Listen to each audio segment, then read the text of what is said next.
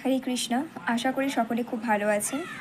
ইদানিং একটি জিনিস সবারই নজরে আসছে, আমি যেটা দেখছি যে প্রত্যেকেই আজকাল অধিকাংশ মানুষই মাঙ্গলিক। অনেকে নিম্নমঙ্গল হয়, আবার অনেকের উচ্চমঙ্গল হয়। এবার অনেকেই প্রশ্ন করে যে এই মঙ্গল জিনিসটা কি। মঙ্গল একটি গ্রহ, এটা অনেকেই জানে। সেনাপতি গ্রহ মঙ্গলের যে একটা তেজস্ক্রিয়তা, সেটা কিন্তু অনেকটাই বেশি, অনেকটা রাগী জেদি, এই জিনিসগুলো মঙ্গলের বৈশিষ্ট্যকে কেন্দ্র করে।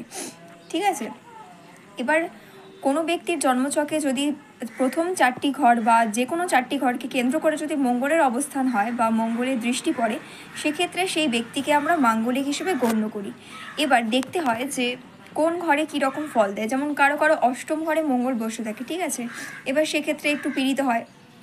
সেটা দেখতে হয় যে মঙ্গলের সাথে এছাড়াও কোন কোন প্ল্যানেটস সেই ঘরে বসে আছে, বা সেই জাতক জাতিকার জন্মছকের প্রত্যেকটা ঘরকে নির্দিষ্ট করে সবটা আমাদের জানতে হয়। ঠিক আছে, এবার আমি চলে আসি যেটা মেন বিষয়, সেটা হচ্ছে মঙ্গল বা মাঙ্গলিক দশাটা অ্যাকচুয়ালি কী। দেখুন, এটা একদমই সিরিয়াস কেউ হবেন না। অনেকেই এত সিরিয়াস হয়ে যায় মঙ্গলকে নিয়ে, কিছু বলারই নেই। তারা আমাকে অনেকেই এমন প্রশ্ন করে যে অষ্টম ঘরে মঙ্গল মৃত্যুর কারক, স্বামী স্ত্রীর মৃত্যু হয়। দেখুন, এই জিনিসগুলোর মধ্যে আপনারা পড়বেন না। ঠিক আছে, আপনি যদি মনে করেন যে প্রথম ঘরে মঙ্গল আছে, এবার আমি মারা যাব, অষ্টম ঘরে মঙ্গল আছে, আমার এই হয়ে যাবে, এই জিনিসগুলোকে নিয়ে পড়ে থাকলে হবে না। সিম্পলি একটা জিনিস আমি আপনাদের বলছি, মাঙ্গলিক দশাটা হচ্ছে সেক্সুয়াল অ্যাগ্রেশনটা বেশি থাকবে নিজের মধ্যে, রাগ জেদ, বা হাজব্যান্ড ওয়াইফের মধ্যে একটা ঝগড়া, একটা মনোমালিন্য, এই জিনিসগুলো থাকবে। ঠিক আছে, কেউ মাঙ্গলিক তার মানে এটা না যে সে খুবই খারাপ বা কোনো কিছু। মাঙ্গলিক দশার একটাই আমি যে বৈশিষ্ট্য, সাধারণ ভাষায় আমি যেটা বলছি, আমি যদি অ্যাস্ট্রোলজির ভাষা ছেড়েও দিই, আমি যদি সাধারণভাবে বলি, মঙ্গল বা মাঙ্গলিক দশাটা হচ্ছে, দেখুন, কারোর মধ্যে তেজস্ক্রিয়তা বেশি থাকবে, কথায় কথায় বাকপটুতা, বা খিটখিটে মেজাজ সম্পন্ন, সবসময় ঝগড়াঝাটি বা কলসপূর্ণ একটা সব কিছুকে নিয়ে থেকে যায়।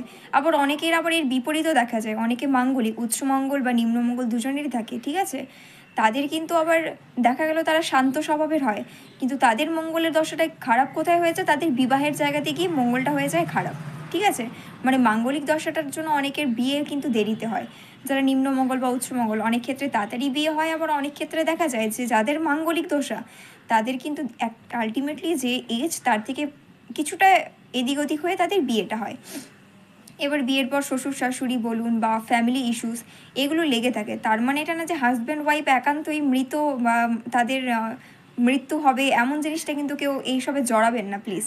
আজকাল সব জায়গাতেই অ্যাস্ট্রোলজি রিলেটেড অনেক কিছুই জানা যায়। আশা করি আপনারা ভালো জিনিসটার সম্মুখীন হয়ে ভালো জিনিসটা জানবেন, এইসব ভুল ভ্রান্তির চক্করে পড়বেন না। যাই হোক, মঙ্গল দশা এতটাও খারাপ না যে মানুষকে সত্যি খারাপের দিকে ঠেলে দেবে। কোনো ব্যক্তির চারিত্রিক বৈশিষ্ট্য অনুযায়ী কোনো ব্যক্তির মন মানসিকতা যদি ভালো হয় না, মাঙ্গলিক দশা সেখানে কোনো কিছু করতে পারে না। সেখানে মঙ্গল খুব ভালোভাবে সেটা কোনো মাঙ্গলিক ব্যক্তিকে মঙ্গল খুব ভালো ফল দিয়ে থাকে। আশা করি আপনারা বুঝেছেন আমি কি বোঝাতে চাইছি। ভালো থাকবেন।